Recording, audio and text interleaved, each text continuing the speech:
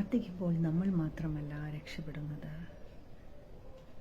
ദൈവത്തോടൊപ്പം നിന്ന് നമ്മൾ പ്രാർത്ഥിക്കുമ്പോൾ അനേകായിരങ്ങൾ നമ്മളിലൂടെ വിടുവിക്കപ്പെടുകയാണ് ചെയ്യുന്നത്. എൻ്റെ ജീവിതത്തിൻ്റെ ഓരോ വഴിയിലൂടെയും ഞാൻ മനസ്സിലാക്കിയ സത്യമാണത്.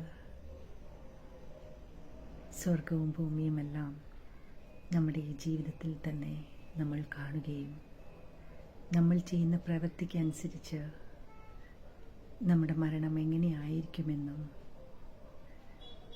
നമ്മുടെ ജീവിതം ദൈവത്തെ മഹത്വപ്പെടുത്താനും വേണ്ടിയാണെന്ന് മാത്രം നമ്മൾ ചിന്തിക്കണം. ഒന്നിനെയും പുറകിൽ നമ്മൾ പോകേണ്ട കാര്യമില്ല.